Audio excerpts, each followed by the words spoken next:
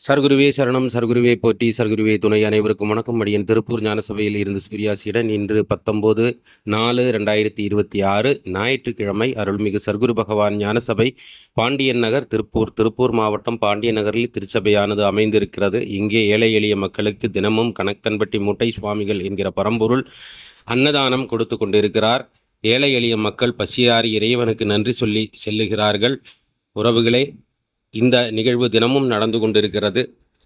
இந்த நிகழ்வுக்காக உலகமெங்கும் பரவி வாழ்ந்து கொண்டிருக்கும் தனது பக்தர்களால் அனுப்பப்படும் காணிக்கைகளால் இந்த அன்னதானமானது நடந்து கொண்டிருக்கிறது.